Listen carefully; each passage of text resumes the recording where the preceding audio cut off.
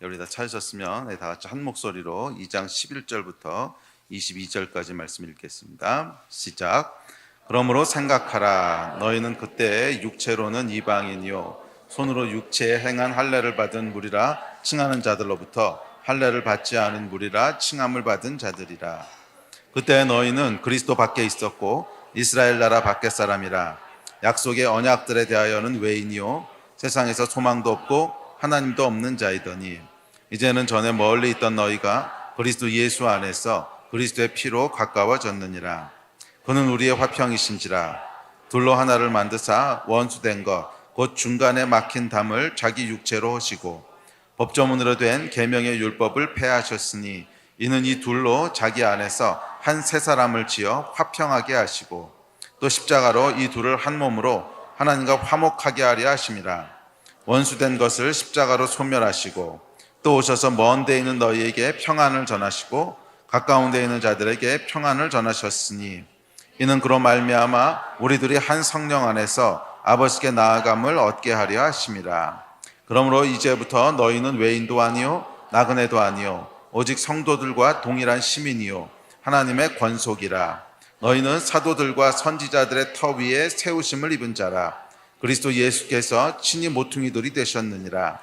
그의 안에서 건물마다 서로 연결하여 주 안에서 성전이 되어가고 너희도 성령 안에서 하나님이 거하실 처소가 되기 위하여 그리스도 예수 안에서 함께 지어져 가느니라. 아멘. 네, 저희가 에베소서를 살펴보고 있습니다. 에베소서 2장 후반부는 특별히 바울이 초신자들을 상대로 꼭 기억해야 될 것 몇 가지를 이야기하고 있습니다. 그래서 이 2장 후반부 제목을 제가 바울의 초신자 교육이라고 했죠. 그래서 바울이 2장 전반부에서 구원이 무엇이고 거듭남이 무엇인지 이야기하고 난 후에 이 거듭나고 난 다음에 꼭 기억해야 될 것 네 가지를 뽑아서 이 네 가지는 너희가 절대로 잊어버리지 말고 기억해라 하는 것들을 이야기하는 것이 2장 후반부라고 했습니다. 그래서 2장 후반부에서 꼭 기억해야 될 것 네 가지는 첫째 은혜였습니다. 은혜를 잊지 말고 꼭 기억하라는 것이고 너희가 너희의 공로로 율법으로 구원받은 것이 아니라 은혜로 구원받았다고 하는 것을 기억해라. 그다음에 두 번째로 기억하라고 하는 것은 오늘 살펴볼 내용인데 너희가 누구인지를 기억해라. 너희는 하나님 안에서 어떤 존재인지 너희의 아이덴티티를 잊어버리지 말고 기억해라 하는 것이고 세 번째는 하나됨, 연합에 대한 것이고 네 번째는 교회에 대한 것입니다. 그래서 네 가지를 가지고 저희가 말씀을 살펴보고 있습니다. 자, 오늘은 두 번째 우리의 신분, 아이덴티티에 대해서 함께 살펴보려고 합니다. 사실 이 신분과 아이덴티티에 대한 이야기는 1장, 제가 에베소서 1장 강의할 때 여러 번 강조했던 내용입니다. 그리스도 안으로 들어올 때 하나님께서 하늘에 속한 모든 신령한 복을 우리에게 준비해 놓으셨다고 했는데 그 복은 어떤 복이었죠?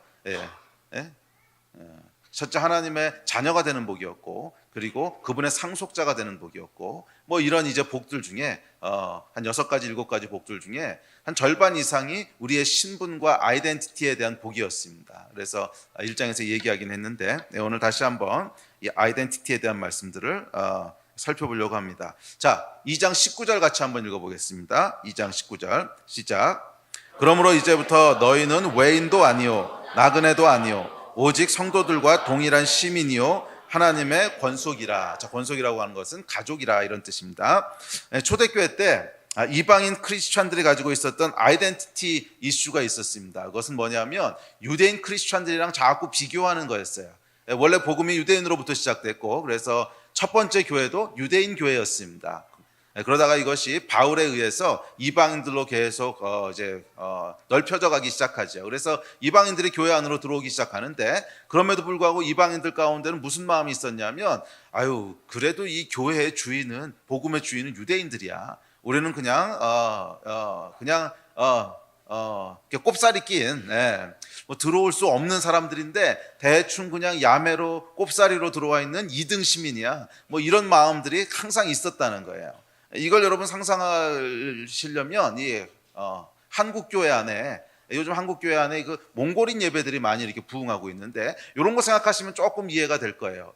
그래서 제가 한국 교회가 이렇게 있습니다. 우리 예배 드리고 있는데 몽골인이나 아니면 파키스탄 분들이나 이런 분들이 들어오셔서 파키스탄 예배를 따로 만들었어요. 그러면 그분들이 어떤 마음일까?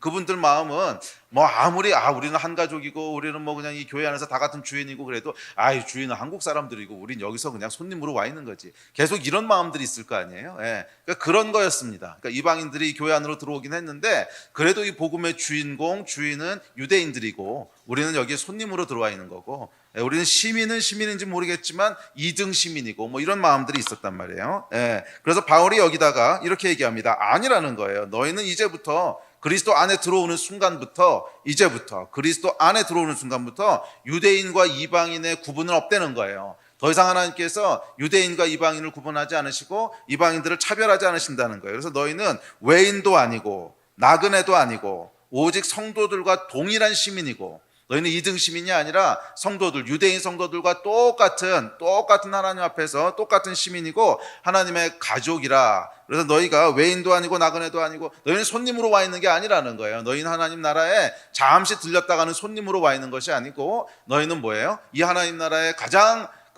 중요한 존재들이고 주인이고, 너희가 주인으로서 손님을 맞이하는 거지 손님처럼 와 있는 존재가 아니고, 이 얘기를 하고 있는 것입니다. 그래서 바울이 이 이방인 크리스천들에게 너희의 아이덴티티가 무엇인지를 확실히 해라. 너희는 그런 존재가 아니다. 너희는 2등 시민도 아니고 너희는 손님으로 와 있는 것도 아니고 나그네도 아니고 너희는 하나님의 가족이야. 이 아이덴티티를 분명히 하라고 이야기하고 있습니다. 자, 초대교회 때 이방인들뿐만 아니라 오늘날 우리에게 있어서도 잊지 말고 꼭 기억해야 될 것이 있는데, 그것은 아이덴티티입니다. 우리가 하나님 안에서 어떤 존재인가, 우리가 하나님 나라 안에서 어떤 신분을 가진 자들인가, 이것을 꼭 기억해야 됩니다. 오늘날에도 아주 중요한 이슈라고 믿습니다.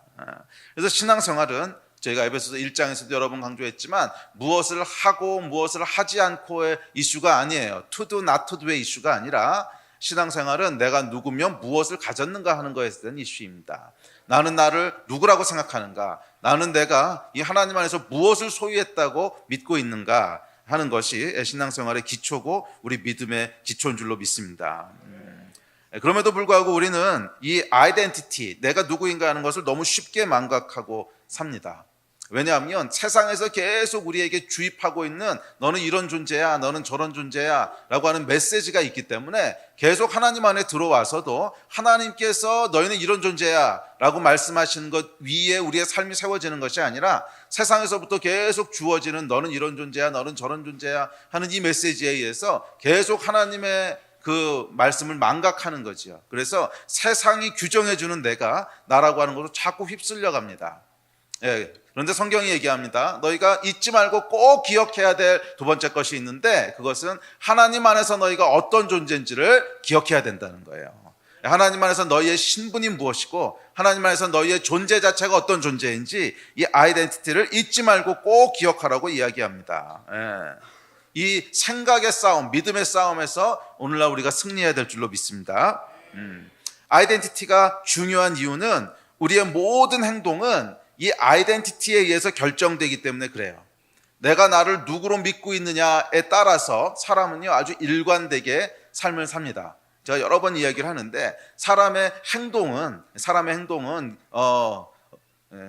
그냥 뭐 뜬금없이 아무렇게나 나오는 게 아니에요. 사람이 어떤 행동을 하고 어떤 선택을 한다고 하는 것은 반드시 그 행동과 선택을 하게 하는 어떤 믿음이 우리 안에 있습니다. 근데 그 믿음의 핵심이 뭐냐면 내가 누구라고 믿는가 하는 그 믿음이에요. 나는 나를 어떤 존재라고 생각하는가, 나는 나를 누구라고 믿는가에 따라서 거기에 행동이 나오게 돼 있다는 거예요. 예를 들어서 어떤 사람이 열심히 와서 하나님 앞에 기도를 해요. 그러면 그 기도한다고 하는 행동과 선택의 배후에는 뭐가 있는 거예요? 나는 하나님의 자녀야, 나는 하나님의 백성이야 라고 하는 아이덴티티가 있으니까 기도라고 하는 행동이 나오는 거죠. 또 어떤 사람이 열심히 아이들을 돌보고 열심히 자녀들을 키워요. 그러면 이 자녀들 키우는데 손이 굉장히 많이 가죠. 특별히 어린아이들 키우려면 기저귀도 갈아줘야 되고 밥도 먹여야 되고 굉장히 손이 많이 가는데 잠을 못 자면서도 계속 그 일을 해요. 그 일을 하는 기저에는 뭐가 있는 거예요? 나는 엄마라고 하는 그 아이덴티티가 있는 거지요. 이 아이덴티티로부터 힘듦에도 불구하고 아이를 계속 돌보고 키우게 되는 어떤 행동, 선택들이 나오게 됩니다. 그래서 사람의 행동은 사람의 선택은 뜬금없이 아무 데서나 나오는 것이 아니라 나는 나를 누구라고 믿고 있는가 하는 아이덴티티에서부터 나오게 됩니다. 그리고 굉장히 일관되게 나옵니다. 사람은요, 생각보다 굉장히 일관성이 있는 존재예요.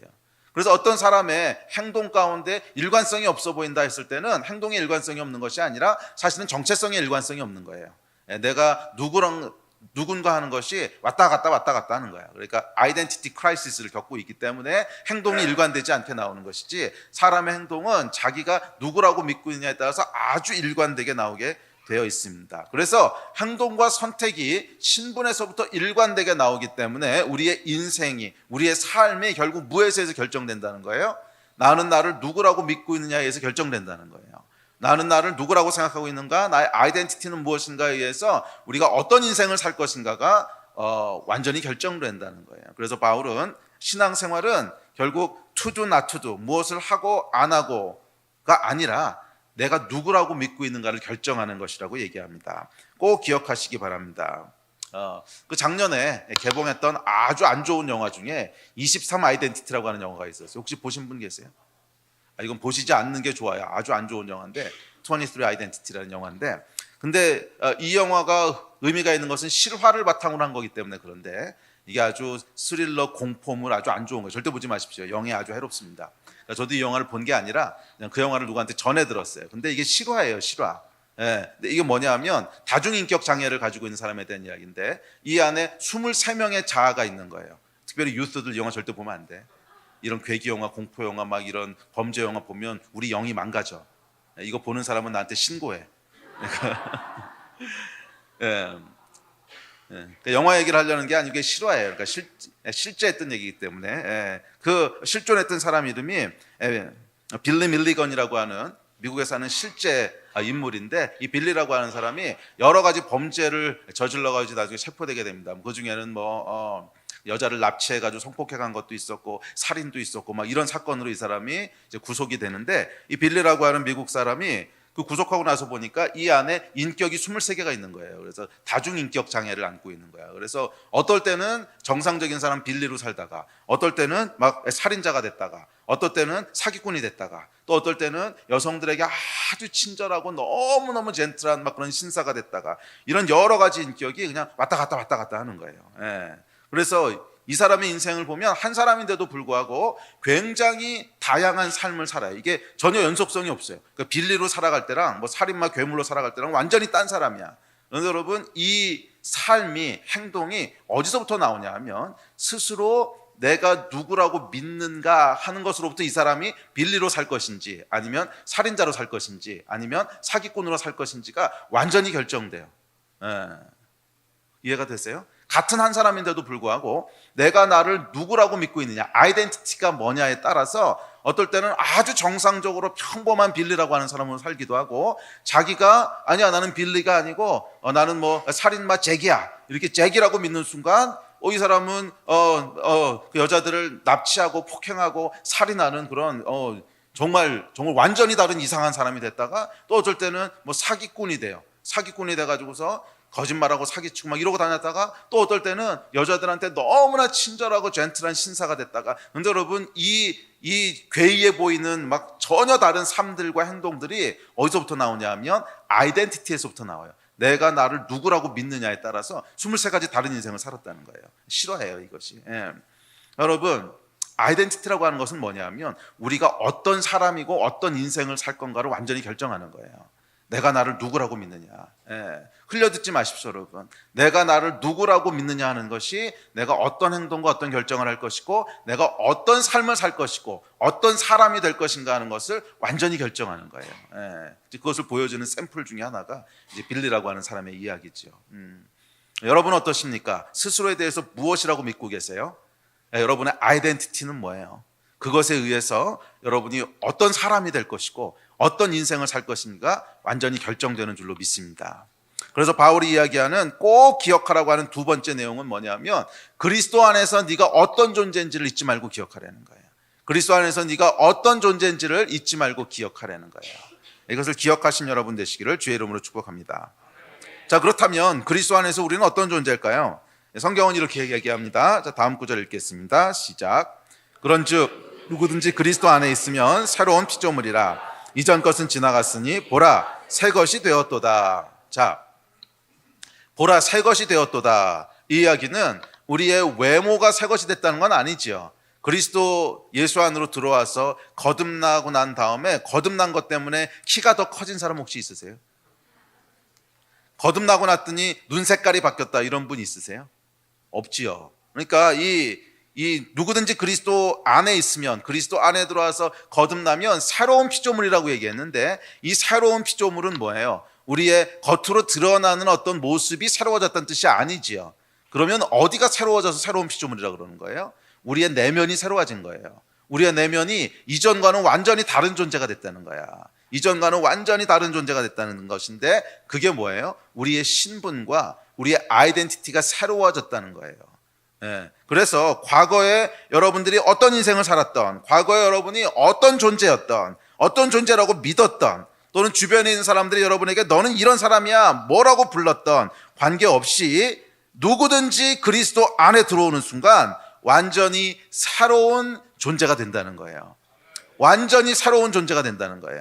자, 이것은 아까 얘기했던 23 아이덴티티를 한번 생각해 보세요. 이게 뭐 좋은 예는 아닌데 그래도 아주 극단적으로 보여주고 있는 얘기 때문에, 이 빌리라고 하는 사람이 뭐 살인마로서 계속 살고 있었어. 잭으로 살고 있었어. 그러면 잭이라고 하는 건 뭐냐면 나는 살인마야, 나는 뭐 나쁜 놈이야, 나는 이런 욕망을 컨트롤할 수 없어, 이런 아이덴티티를 가지고 계속 살고 있었는데, 어느 날 이 사람이 새로운 아이덴티티를 갖게 돼요. 아니야, 나는 잭이 아니고 빌리야. 빌리는 너무 착한 사람이고 너무 평범한 사람이고 너무 좋은 일 많이 하는 사람이고, 그런 아이덴티티로 바뀌는 순간 내면만 바뀐 게 아니라는 거예요. 이 사람의 모든 것이 바뀌어요. 전혀 다른 인생이 돼요. 전혀 다른 사람이 되고, 전혀 다른 인격이 되고, 전혀 다른 어떤 행동을 하게 되고, 사람들로부터도 전혀 다르게 인식이 돼요. 그래서 나중에 이 사람이 빌리하고 잭이 같은 인물이었다는 걸 알게 되면 모든 사람들이 충격을 받아요. 어떻게 그럴 수가 있냐고. 이거는 같은 사람이 아니라고.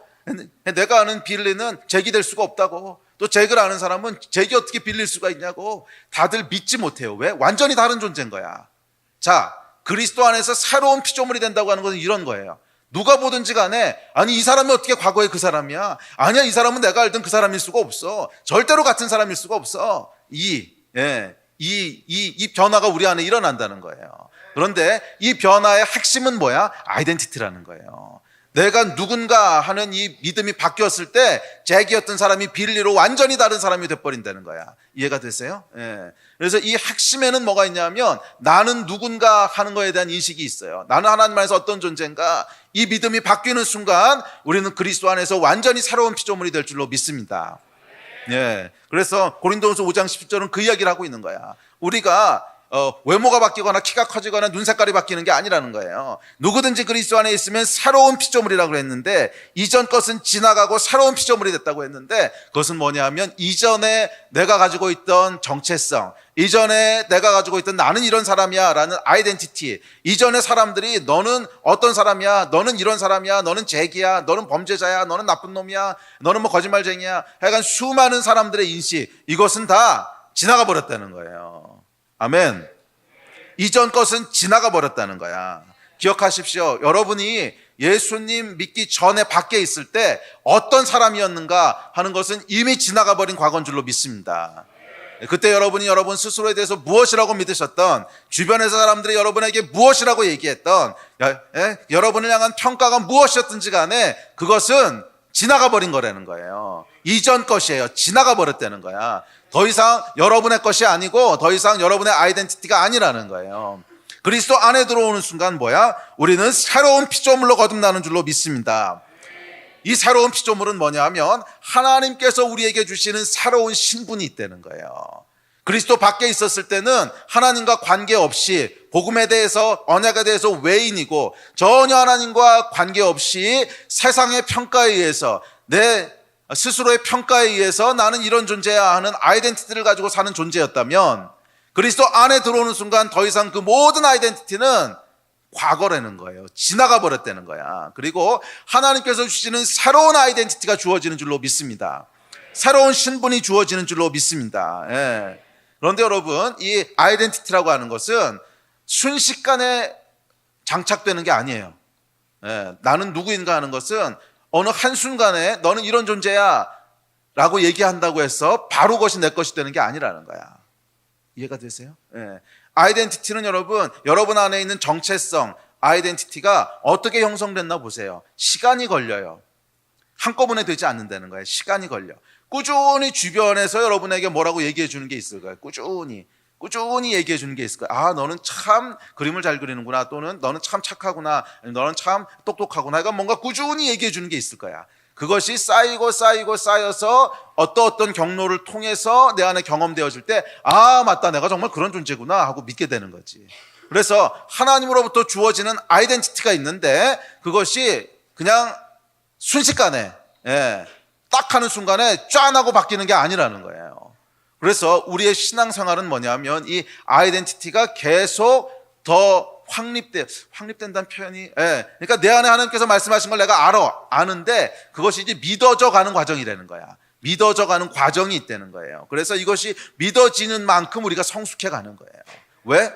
그 아이덴티티가 내 안에 믿어지는 것만큼 거기에 대응하는 삶을 살게 되거든. 거기에 대응하는 존재가 돼 가거든.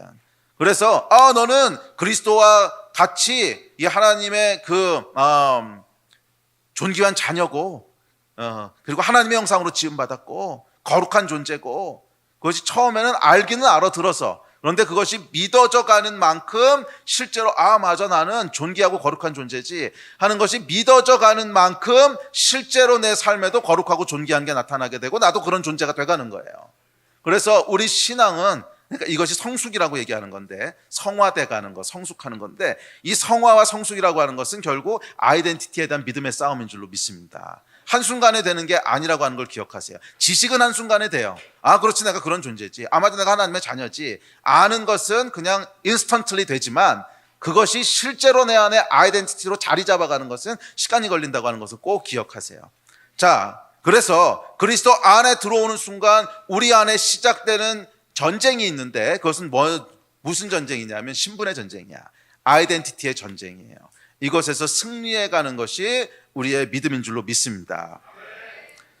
자, 그렇다면 하나님께서 우리에게 주시는 새로운 신분은 뭘까요? 잘 아시는 거지만 다시 한번 복습해 봅시다. 성경에서는 우리를 어떤 존재라고 부를까?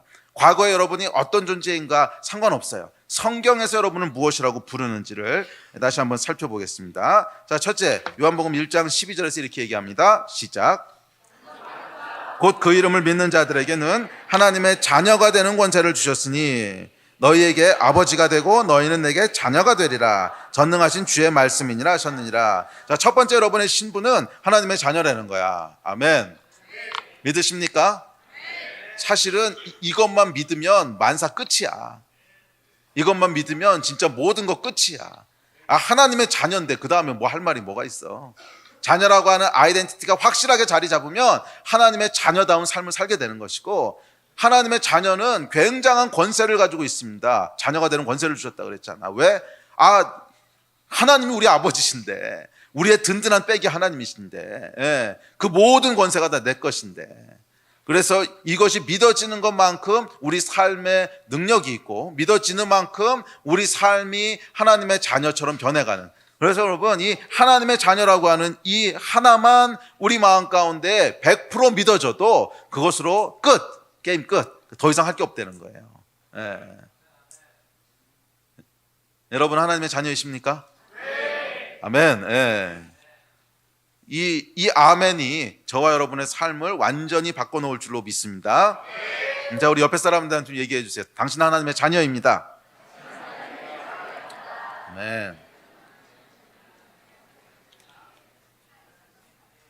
또 로마서 8장 17절에는 이렇게 얘기합니다. 시작. 자녀이면 또한 상속자, 곧 하나님의 상속자요, 그리스도와 함께한 상속자니 우리가 그와 함께 영광을 받기 위하여 고난도 함께 받아야 할 것이니라. 자녀이기 때문에 또한 우리에게 주어지는 신분이 있는데 상속자라는 거야. 하나님의 모든 것을 물려받는 존재라는 거야. 할렐루야. 이 하나님의 모든 유업, 그분의 영광, 그분의 생명, 그분의 풍성한 능력까지 다 우리가 상속하여 유업으로 받는 존재인 줄로 믿습니다. 그게 저와 여러분이에요. 사실은 이것을 진짜 믿으면요, 우리 삶에 개벽이 일어납니다. 정말 천지개벽이 일어나요. 왜? 하나님의 모든 게 다 내 거야. 이 하나님의 능력, 풍요로움, 그분의 풍성함, 말로 설명할 수 없는 그분의 그 영광, 이 모든 게 다 내 거라는 거야. 이걸 여러분 정말 믿으면 어떤 일이 벌어질 것 같으세요? 정말 믿으면 사는 게 달라지지 않겠어? 사는 게 정말 달라져요. 결국 여러분 이 믿음의 싸움인 줄로 믿습니다. 내가 누군지를 믿는 거예요. 또 베드로전서에는 이렇게 얘기합니다. 시작. 그러나 너희는 택하신 족속이요 왕 같은 제사장들이요 거룩한 나라요 그의 소유가 된 백성이니 이는 너희를 어두운 데서 불러내어 그의 기이한 빛에 들어가게 하신 이의 아름다운 덕을 선포하게 하려 하심이라. 여러분은 어떤 사람이냐면 하나님 나라의 왕이고 선택받은 자고 제사장이고 그분의 거룩한 백성이라는 거예요. 이게 우리 신분인 줄로 믿습니다. 또 시편에서는 이렇게 얘기합니다. 시작. 땅에 있는 성도들은 존귀한 자들이니 나의 모든 즐거움이 그들에게 있도다. 여러분은 어떤 자라고 얘기하냐면 존귀한 자들이라는 거예요. 여러분은 쓸모없는 잉여가 아니라 쓸모없는 자들이 아니라 어떤 자? 존귀한 자들이라는 거야. 아주 소중하고 노블하고 존귀한 자들이 여러분이신 줄로 믿습니다. 그래서 하나님의 모든 즐거움이 여러분에게 있다는 거예요. 하나님의 모든 즐거움이 저와 여러분에게 있다는 거야. 이 하나님이 느끼시는 즐거움은 저와 여러분 외에는 다른 즐거움이라는 건 없다는 거야. 하나님이 느끼시는 유일한 즐거움이 있는데 그게 뭐야? 저와 여러분 때문이라는 거예요. 그래서 모든 즐거움이, 나의 모든 즐거움이 저에게 있다고 그랬어요. 이게 하나님이 하시는 말씀인데 나의 모든 즐거움이, 그러니까 내가 느끼는 모든 즐거움의 소스는 너희라는 거야. 이게 저와 여러분인 줄로 믿습니다. 와, 여러분 이게 읽을수록 대단하지 않아요? 읽을수록 우리가 어마어마한 존재 아니야? 아멘. 또 다섯 번째 이렇게 얘기합니다. 자, 로마서입니다. 시작. 그러므로 이제 그리스도 예수 안에 있는 자에게는 결코 정죄함이 없나니 이는 그리스도 예수 안에 있는 생명의 성령의 법이 죄와 사망의 법에서 너를 해방하였습니다. 할렐루야.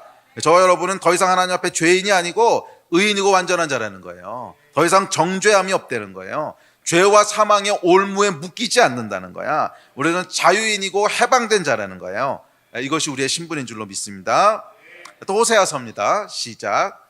내가 내게 장가들어 영원히 살되 공의와 정의와 은총과 긍휼히 여김으로 내게 장가들며 진실함으로 내게 장가들리니 내가 여호와를 알리라. 우리의 신분은 하나님의 사랑받는 신분이라는 거예요. 저와 여러분은 하나님이 가장 사랑하시는 존재고 가장 아끼시는 존재고 사랑받기 위해 태어난 존재고 그리스도와 너무 하나님이 사랑하시기 때문에 하나님과 영원히 함께할, 영원히 헤어지지 않고 분리되지 않고 함께할 하나님의 신부로 부르셨다는 거예요. 아멘. 성경은 여러분 우리 신분에 대해서 믿기 어려울 정도로 놀라운 얘기들을 하고 계십니다. 신앙생활은 뭐냐 하면 이 성경의 말씀들이 내 안에 진리로 자리 잡아가는 과정이에요. 내가 어떤 존재인지가 이것에 의해서 계속 자리 잡혀져 가는 과정이야. 세상이 우리에게 줬던 잘못된 쓰레기 같은 정체성들이 있습니다. 너는 이런 존재야, 너는 저런 존재야, 너는 뭐 돈을 많이 벌어 성공하는 사람이고 너는 어쩌고 저쩌고. 그러니까 수많은 아이덴티티들이 있는데 이 쓰레기 같은 아이덴티티를 지나가 버리게 하고 우리 안에 이 성경이 선포하고 있는 놀라운 새로운 정체성들이 하나씩 하나씩 확립되어져 가는 것이 믿음의 생활인 줄로 믿습니다. 여러분 안에는 이 하나님의 말씀이 어느 정도 자리 잡고 있습니까? 그것이 여러분의 믿음의 정도예요. 이 싸움에서 승리하시기를 주의 이름으로 축복합니다. 새로운 피조물이에요. 새로운 피조물이에요. 이 새로운 피조물이 새로운 삶을 살게 되는 것, 존귀한 존재로, 사랑받는 존재로, 하나님의 자녀로 이 정체성을 가지고 살게 되는 것, 이것이 크리스천의 변화된 삶입니다. 기억하세요. 크리스천의 변화된 삶은 율법에 의해서 이루어지는 게 아니야. 믿음에 의해서 이루어지는 거야. 내가 어떤 존재인지를 믿음에 의해서 이루어지는 줄로 믿습니다. 자, 그렇다면 이 새로운 아이덴티티가 어떻게 우리 안에 확립될 수 있을까? How? 어떻게 우리 안에 이 새로운 아이덴티티가 정립될 수 있을까? 이 얘기를 하고 오늘 기도하려고 합니다. 자, 앞서도 얘기했듯이 이 아이덴티티는 뭐라 그랬어요? 믿음이에요. 믿음. 내가 누군가 하는 것에 대한 믿음이야. 그래서 이 믿음이 우리 안에 어떻게 세워져 가는가 하는 것을 살펴봐야 되는데 성경은 믿음에 대해서 이렇게 얘기합니다. 자, 로마서입니다. 시작.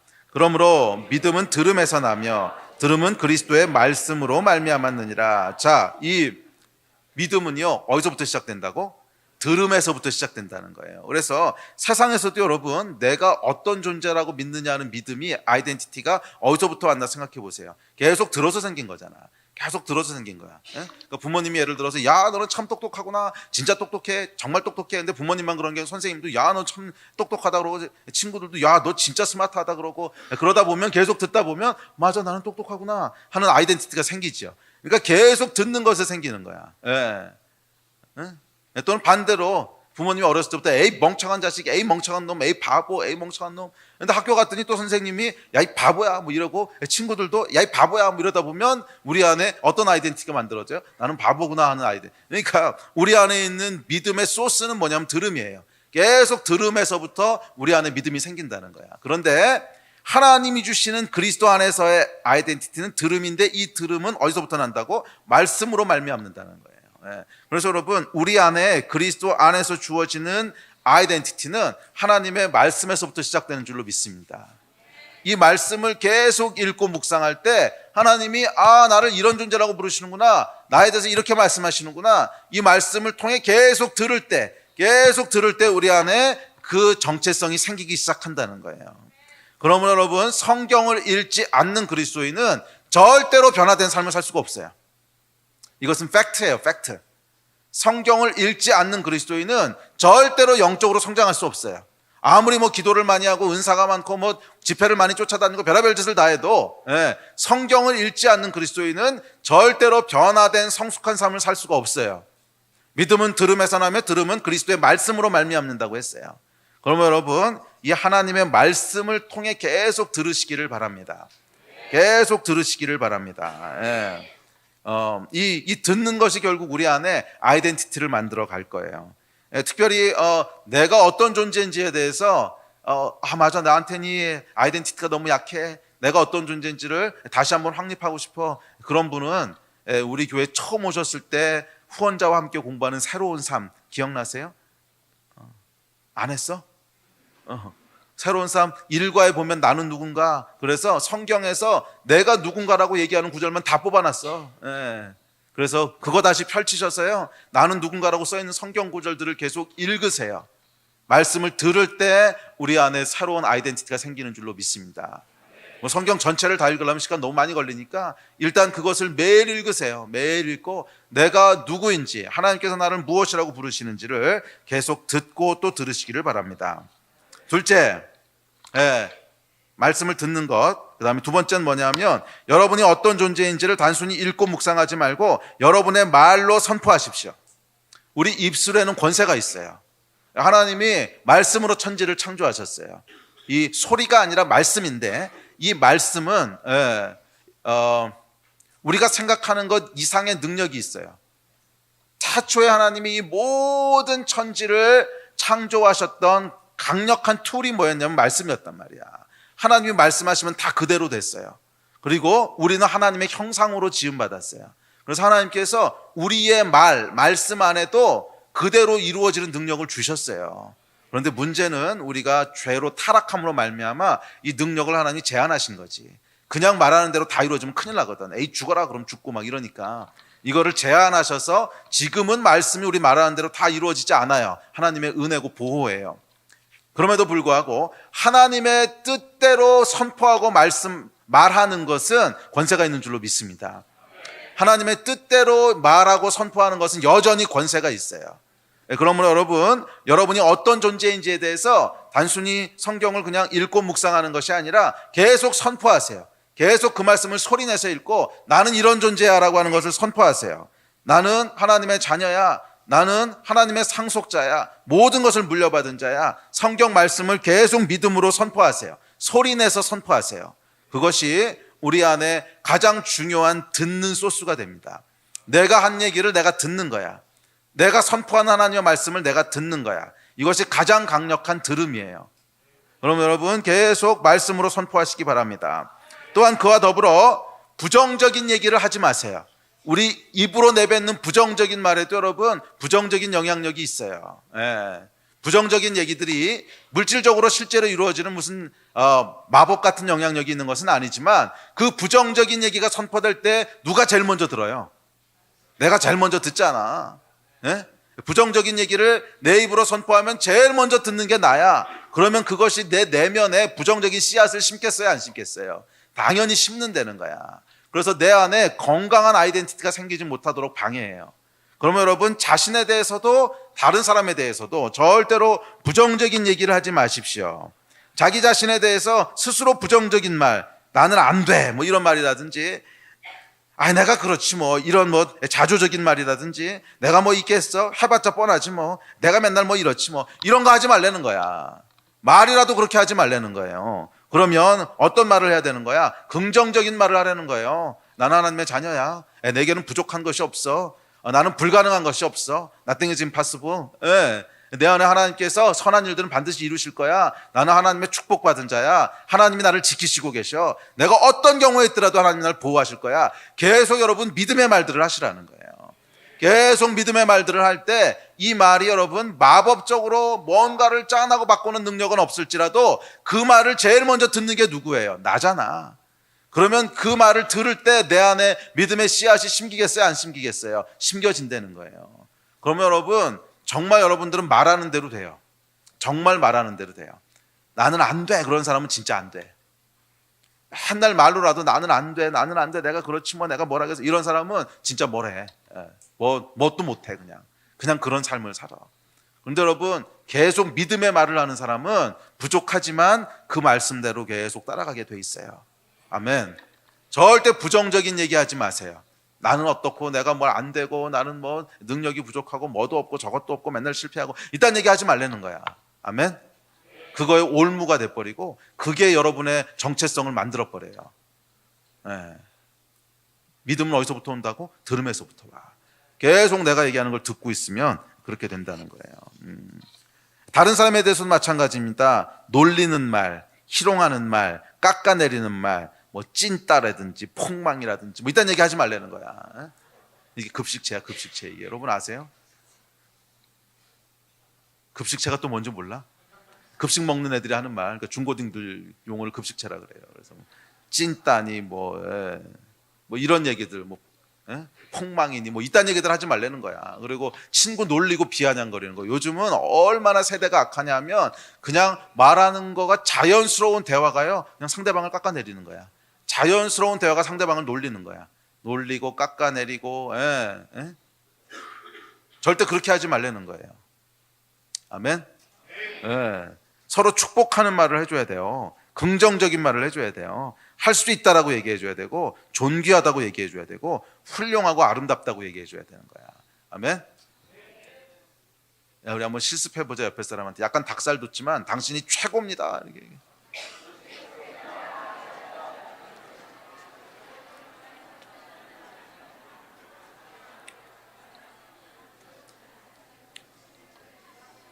조금 닭살 덜 돋게 하려면 야 너는 진짜 괜찮은 사람이야. 이거 닭살 돋나? 우리 옆 사람 좀 얘기해 주세요. 너는 정말 좋은 놈이야. 너는 정말 괜찮은 사람이야.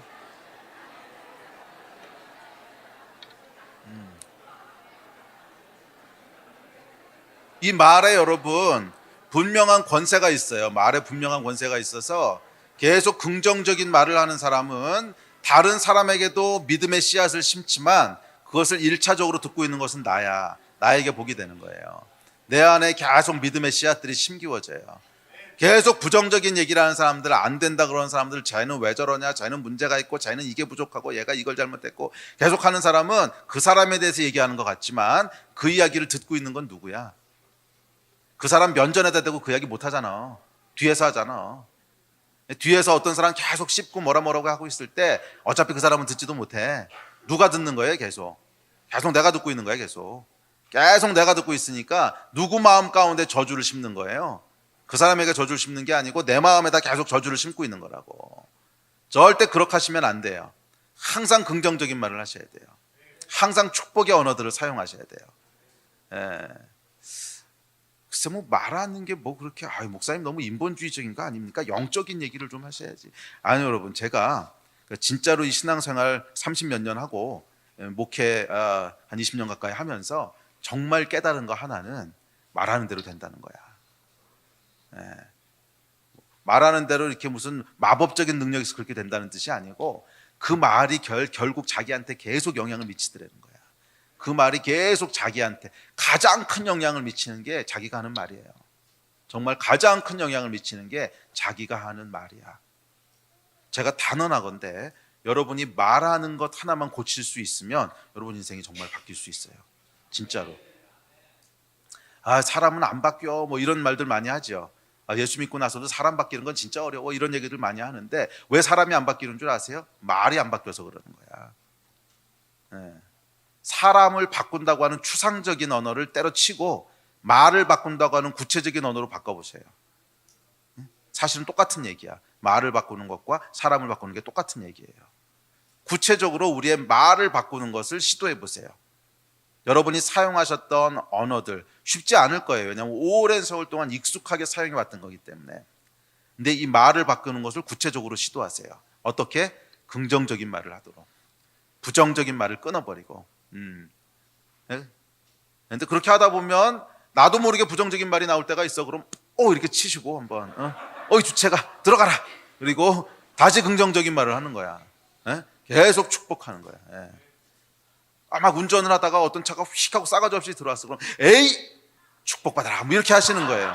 진짜로 이게 아무것도 아닌 것 같지만 말을 계속 바꾸셔야 돼요. 에이 그러니까 과거 같으면 뭐 이놈 저놈 나쁜 놈은 10원짜리 20원짜리 막 이럴 텐데 그 얘기를 끊고 에이 복이나 받아라 뭐 이렇게 그냥 계속 긍정적인 말로 바꾸시다. 이게 처음엔 어려운데 한 번, 두 번 하다 보면 또 거기에 익숙해져요. 그것이 우리의 인생을 정말 바꿔요. 말에 권세가 있어요. 믿음은 들음에서 나고 내가 가장 많이 듣고 있는 건 내 얘기야. 내 얘기. 내가 하는 말이야. 내가 가장 많이 듣고 있는 게 뭐가 생각해 보세요. 뭘까? 내 얘기지. 내가 하는 얘기는 다 내가 고스란히 다 듣잖아. 여러분이 하는 말을 바꿀 때 우리 안에 믿음이 바뀌어요. 믿음이 바뀔 때 우리가 다른 존재가 될 수 있어요. 아멘.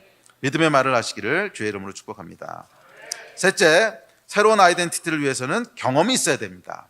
자, 말만 한다고 해서 되는 것은 아니고 말도 큰 영향을 미치긴 하지만 이 아이덴티티를 아예 마음 가운데 확 각인하는 게 있는데 그게 뭐냐면 경험이에요.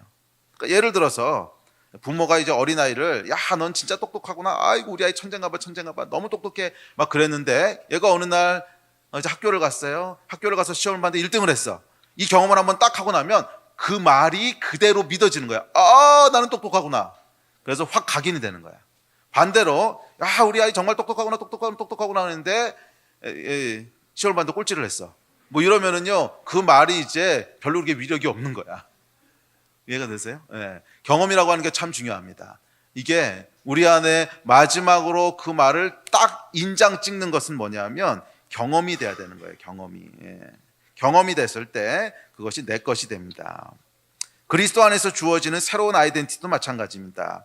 말씀을 들으며 믿음으로 선포하는 것이 큰 영향을 미쳐요. 그런데 그것이 아예 각인되는 것은 언제냐면 경험했을 때예요. 자, 그렇다면 하나님의 말씀을 어떻게 경험합니까? 기도함으로 경험하는 거지. 그래서 말씀과 기도 얘기를 계속하는 거야. 내가 하나님의 자녀야. 그렇다면 이 자녀라고 하는 것이 어떻게 경험이 돼? 자녀니까 아빠한테 달라고 그러면 주시겠지. 그래서 하나님 아버지 내가 이게 필요한데 주세요. 그런데 정말 주셨어. 그러면 어떤 사실이 내 안에 임프린트가 되는 거야? 아빠 맞구나. 그러니까 이게 임프린트가 되는 거란 말이야. 아시겠어요? 그것이 경험입니다. 그러므로 여러분 성경이 얘기하는 여러분의 아이덴티티 신분이 진짜로 여러분 것으로 아주 확실하게 강력하게 자리 잡기 원한다면 기도하십시오. 구체적으로 기도하십시오. 내가 하나님의 상속자라며 그럼 하나님 주십시오. 나에게 능력이 필요합니다. 이러이런 문제가 지금 내 앞에 놓여 있는데 이 문제의 돌파가 필요합니다. 그래서 실제로 돌파되는 걸 경험했을 때 우리 안에 뭐가 생기는 거예요? 믿음이 생기는 거예요. 그래서 여러분 기도하고 응답받는 이 과정이 있을 때 그것이 우리 안에 믿음을 강화시키고 거기서부터 믿음이 나와요. 그렇지 않고 기도했는데 하나도 이루어지는 게 없어. 그런 사람은 절대로 믿음 생활을 건강하게 하지 못해. 맨날 고민하고 될까 안 될까 맨날 근심과 걱정과 뭐 기쁨이란 건 하나도 없어. 맨날 우울하고 고민하고 이렇게 되지. 왜? 기도해도 응답받는 게 하나도 없으니까. 결국 여러분 우리 안에 있는 하나님이 원래 디자인하신 신앙생활의 그 모습이 회복되는 것은 기도하고 응답받는 거예요. 이거만큼 명확하고 이거만큼 중요한 거 없습니다. 기도는 응답받는 거예요. 아멘. 기도 응답 여러분 받고 계십니까? 기도했는데 아무런 응답이 없다 그러면 뭔가 지금 문제가 있다는 뜻이야. 기도는 반드시 응답되게 되어 있고, 이 기도한 것을 응답받는 과정을, 기도하고 응답받고 기도하고 응답받고 기도하고 응답받고, 이 과정을 통해서 우리 안에 믿음이 확증되어 가는 거예요. 이 성경에서 얘기한 상속자라고 하는 것이 맞구나. 하나님이 나를 사랑하신다고 하는 게 맞구나. 이것이 계속 확인되어 가는 거예요. 네, 그러면 여러분, 기도하지 않는 사람, 구체적으로 기도하지 않는 사람은 절대로 우리 안에 새로운 아이덴티티를 가질 수가 없어요. 그러면 여러분, 듣는 것과 더불어 실제로 경험되어지는 믿음이 되기를 주의 이름으로 축복합니다. 그런데 기도했는데 내 생각대로 응답이 안 될 때가 있어. 이때는 어떻게 해야 되죠? 예? 어떤 기도는 믿습니다, 주님 이렇게 될 줄은 믿습니다, 막 그러고 믿고 나갔는데 안 됐어. 그럼 그 다음에 어떻게 해야 되는 거야? 믿음이 막 흔들려야 돼? 자, 이때는 아까 얘기했던 2번을 기억하세요. 항상 긍정적으로 말하는 거야. 항상 긍정적으로 말하는 거야. 내가 다 모르는 게 있을 수 있거든. 응답받지 않는 기도라는 건 없어요. 세상에 하나도 없어요. 그런데 내가 생각한 대로 응답받지 않는 기도는 있을 수 있어요. 왜? 내가 기도한 것이 응답되면 나한테 훨씬 손해가 되고 화가 되는 건데, 내가 미련하고 몰라서 그렇게 구한 것들이 있거든. 그거 하나님 보호해 주시는 거란 말이야. 그래서 응답받지 않는 기도는 없어. 그래서 모든 기도는 2개 중에 하나로 응답이 돼요. 반드시 잘 기억하세요. 모든 기도는 2개 중에 하나로 응답이 되는데, 하나는 내가 기도한 대로 응답받는 거고, 2번째는 내가 뭘 잘못 구했는지를 깨닫는 걸로 응답받는 거야. 내가 뭘 잘못 구했는지를 깨닫는 걸로 응답받는 거야. 그래서 그게 응답받았으면 큰일 날 뻔했구나, 이렇게 깨닫는 거 있잖아. 뭘 막 기도했는데 안 이루어졌어. 근데 안 이루어지고 나서 조금 지나고 나서 보니까 아이고, 이루어졌으면 큰일 날 뻔했네, 이렇게 깨닫는 걸로 응답받는단 말이야. 이 2개 중에 하나로 반드시 응답받는 줄로 믿습니다. 이거를 가장 잘 하시는 분이 원주에 계신 신웅근 전도사님이세요. 제가 이분이랑 같이 지내면서 정말 많은 걸 배워요. 정말 많은 걸 배우는데, 이분은요, 입에 달고 사는 게 뭐냐면 너무 놀라워요. 너무 놀라워요, 목사님. 너무 놀라워요, 목사님. 2마디 중에 한마디야. 이래요. 그렇지? 2마디 중에 한마디는 너무 놀라워요.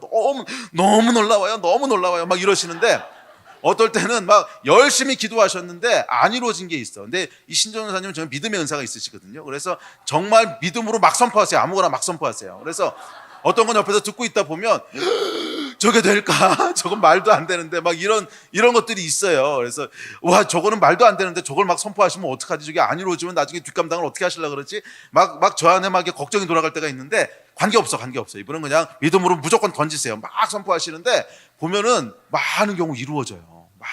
이게 이제 믿음의 은사인데, 근데 다 이루어지는 건 아니야. 어떤 거는 안 이루어질 때도 있어. 그러면 저는 이제 속으로 어떻게 생각했냐면, 저거 저렇게 막 선포하시면 어떡하지? 저건 안 이루어질 것 같은데, 막 그러다가 정말 안 이루어졌어. 그럼 저 같은 경우에 만약 그렇게 했다면 굉장히 패닉이 됐을 거예요. 내가 믿음으로 됩니다 그랬는데 안 됐어. 그러면 이걸 어떻게 감당하지? 막 이랬을 텐데, 신전사님은 전혀 다르세요. 안 이루어지잖아. 그럼 바로 저한테 뭐라 그러세요? 목사님 너무 놀라워요, 이러세요. 그래서 뭐가 놀라우세요? 그럼 너무 놀라워요. 이게 이루어졌으면 큰일 날 뻔했고요. 이렇게 저렇게 해서 안 이루어진 게 축복이에요. 근데 어떨 때 보면 막 억지로 껴 맞추는 것 같아. 뭐 저렇게까지 막 껴 맞추셔도 되나? 근데 이게 껴 맞추는 게 아니고 믿음이에요. 믿음. 이게 믿음이야. 응답을 받는 거야. 내가 생각한 대로 이루어지지 않아도 너무 놀랍다고 얘기하시는 게 응답을 계속 받는 거야. 그렇게 기도하면 안 되는 거였구나. 그건 이렇게 저렇게 했어야 되는데 내가 밀어내가지고 잘못한 거구나. 이걸 깨닫는 거잖아. 그래서 100% 응답받는다는 거예요. 그러면 여러분, 하여간 하나님께 기도하십시오. 그럼 둘 중에 하나로 응답받아요. 기도한 대로 이루어지든지, 아니면 너무 놀라워요, 뭐 내가 알지 못했던 걸 깨닫게 되든지, 둘 중에 하나로 반드시 응답받습니다. 그래서 내가 생각한 대로 이루어지지 않을 때는 일단 여러분 입술을 다스리세요. 그래서 뭐 패닉되고 막 원망하고 짜증내고 이러는 게 아니라, 따라해보세요. 신조연사님처럼 너무 놀라워요, 그러고 그냥 일단 선포하고, 이렇게 너무 놀라워요. 따라해봐. 너무 놀라워요. 그러고 왜 놀라운지는 그 다음에 생각해. 어머니가 그렇게 하시더라고. 너무 놀라워야 하고 그 다음에 왜 놀라운지를 막 껴다가 맞추세요, 이렇게.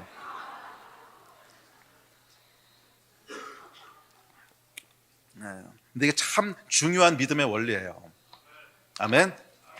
그렇게 하신 여러분 되시기를 바랍니다. 마지막 다섯 번째, 예배팀 나오십시오. 마지막 다섯 번째는 우리 안에 건강한 아이덴티티가 형성되기 위해서는 어떤 공동체에 속해 있느냐는 것이 중요합니다. 이게 참 중요해요. 어떤 공동체 가운데 내가 살아가고 있는가, 이것이 우리의 새로운 아이덴티티를 만드는데 중요한 역할을 합니다.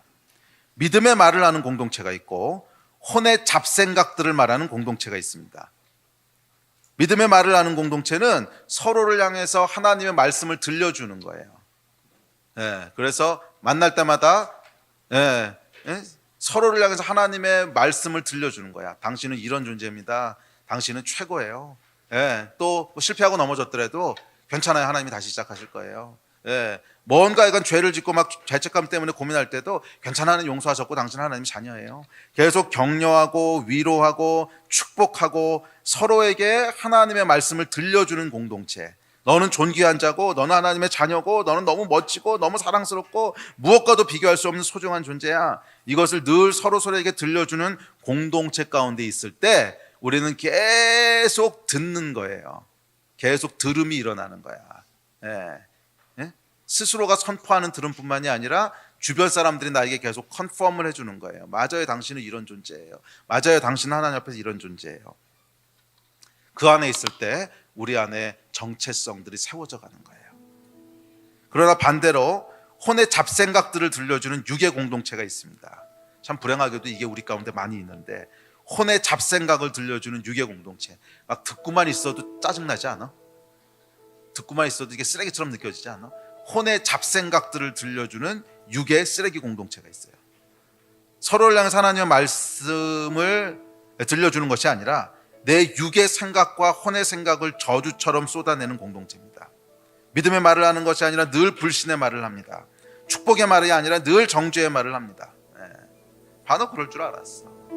비아냥거리고 야, 이 찐따야, 무슨 폭망해라 하고 계속 저주하는 말, 계속 놀리는 말, 희롱하는 말. 지는 지가 뭐 하는지 몰라. 자기 육 안에 있는 혼의 잡생각 쓰레기를 쏟아내는 건데 자기는 뭐 하는지 몰라. 그냥 재밌다고 생각해. 특별히 유튜들 잘 들어. 너희 혼의 잡생각에 육의 쓰레기들을 쏟아내는 거지. 그게 재밌는 게 아니야. 계속 그렇게 서로에게 해봐라. 너희는 다 같이 쓰레기가 되는 거다. 다 같이. 서로가 서로에게 뭐 폭망, 찐따, 뭐 넌 이게 안 되고 저게 안 되고 놀리고 막 깎아내리고 서로에게 그래봐라. 그러면 그것들이 다 너희 안에 씨앗으로 자리 잡아서 다 같이 쓰레기가 돼서 쓰레기 처리장이 되는 거야. 그냥 왜 이렇게 바보 같은 짓을 해? 이제 그럴 필요 없잖아. 서로가 서로를 축복하고 격려하고 위로하고 계속 좋은 말을 해주고 그랬을 때 서로가 함께 뭐가 돼가는 거예요? 정말 존귀한 자로 변해가는 거지. 이 쓰레기 공동체가 되면 안 됩니다. 특별히 뭐 그 면전에다 대고 막 욕하고 이런 거 잘 안 하겠지, 교회 내에서. 근데 여러분, 셀에서 여러분 무슨 얘기들을 나누십니까? 혼의 잡생각들을 혹시 쏟아내고 계진 않으세요? 무슨 이런 걱정 저런 걱정, 안 될 거에 대한 생각들, 무슨 실패한 얘기들, 뭐 이게 문제고 저게 문제고 이래서 안 되고 뭐 저놈 나쁜 놈 이놈 나쁜 놈 내가 이렇게 속아서 내 안에 분노가 아직도 안 사그러지는데 뭐 이런, 물론 뭐 그것이 치유를 위해서 쏟아내야 될 필요가 있을 때도 있는데 항상 그런 얘기들만 하고 있진 않냐고. 혼의 잡생각들을 계속 쏟아내고 있으면 누군가는 그 얘기 듣고 있을 거 아니야. 자기도 듣고 있고. 그러면 내 안에 쓰레기들만 계속 들어오는 건데, 힘들다고 얘기하는 것은 중요한 것입니다. 뭐 힘든데 힘들지 않은 척하고 있어서는 안 돼요. 그렇지만 우리 안에서 기본적으로 계속 나와야 될 것은 서로를 향한 축복이지, 격려고 축복이지, 계속 내 안에 있는 불신의 말들이 아니거든. 이 혼의 공동체 안에 있을 때는 우리 안에 절대로 건강한 자아가 형성될 수가 없어요. 그래서 교회 공동체는, 특별히 소그룹, 셀은 우리 안에 아이덴티티가 만들어지는 굉장히 중요한 환경이에요. 어떤 환경 가운데 여러분이 들어가 있느냐에 의해서 어떤 정체성이 만들어지는가가 많은 영향을 받아요. 물론 우리가 혼자 스스로 말씀을 읽고 선포하면서 내 안에 건강한 정체성이 만들어질 수 있지만, 그와 더불어 내 주변에 있는 사람들이 어떤 사람들인가, 나에 대해서 무엇이라고 계속 말하고 있는가, 이것도 굉장히 중요한 요소입니다. 그러면 여러분, 서로를 축복하시기를 주의 이름으로 도전합니다. 서로를 축복하시기를 주의 이름으로 도전합니다. 이 내 혼의 잡생각들을, 육의 쓰레기들을 마치 재밌는 것처럼, 마치 뭐 대단한 정보를 알고 있는 것처럼 계속 그렇게 쏟아놓지 말라는 거야. 그게 서로를 죽여요. 자기의 정체성도 죽이고 상대의 정체성도 죽여요. 계속 격려의 말을 하시고, 계속 축복의 말을 하시고, 계속 상대를 세워주시고, 위로하시고, 일으키시고, 얼마나 소중한 존재인지를 알 수 있게 해주시고, 아멘. 그렇게 할 때 우리가 하나님 안에서 함께 성장해 갈 수 있을 줄로 믿습니다. 아멘. 자리에서 일어났으면 기도합시다.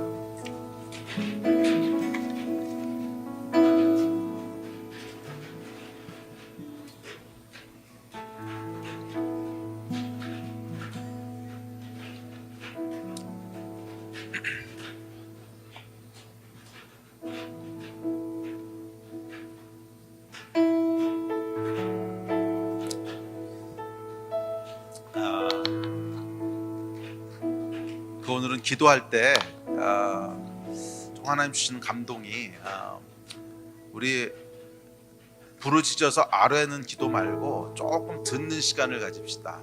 그래서 여러분, 좀 눈을 감고 하나님 앞에서 조용히 좀 기다리시고, 우리 예배팀이 찬양을 좀 불러드리겠습니다.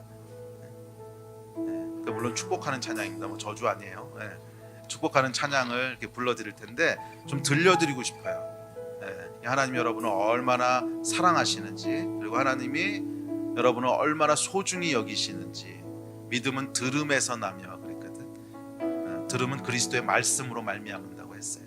이 하나님의 말씀이 우리에게 무엇이라고 얘기하시는지, 좀 조용히 한 1분 정도 좀 잠잠히 하나님 앞에 좀 머물러 보시겠어요?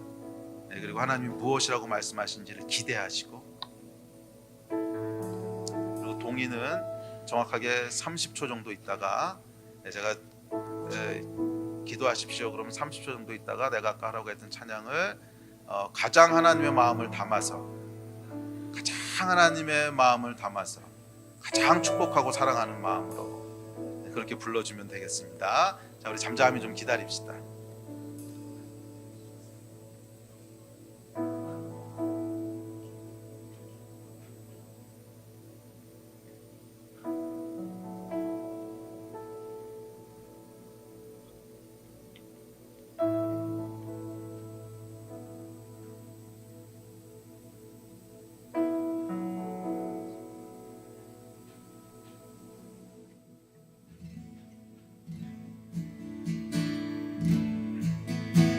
이 시간 너의 맘속에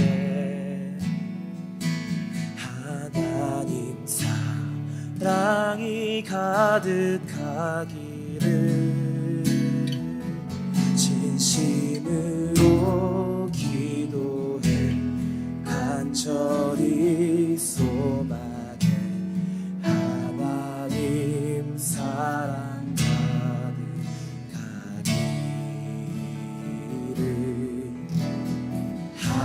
하나님은 너를 사랑해.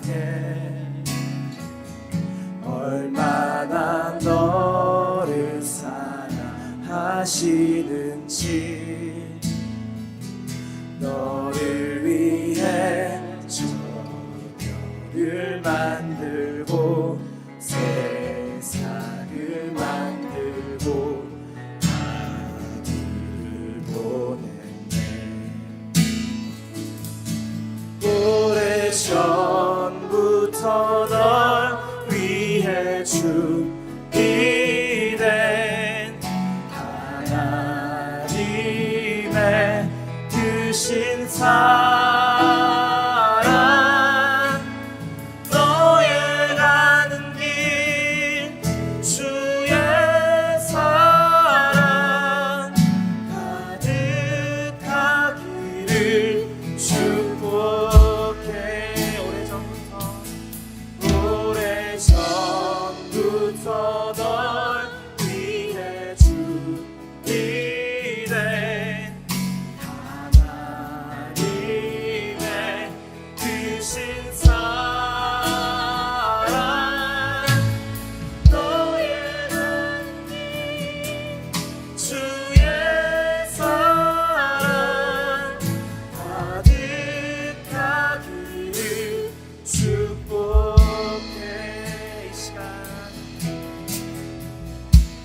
이 시간 너의 맘속에 하나님 사랑이 가득하기를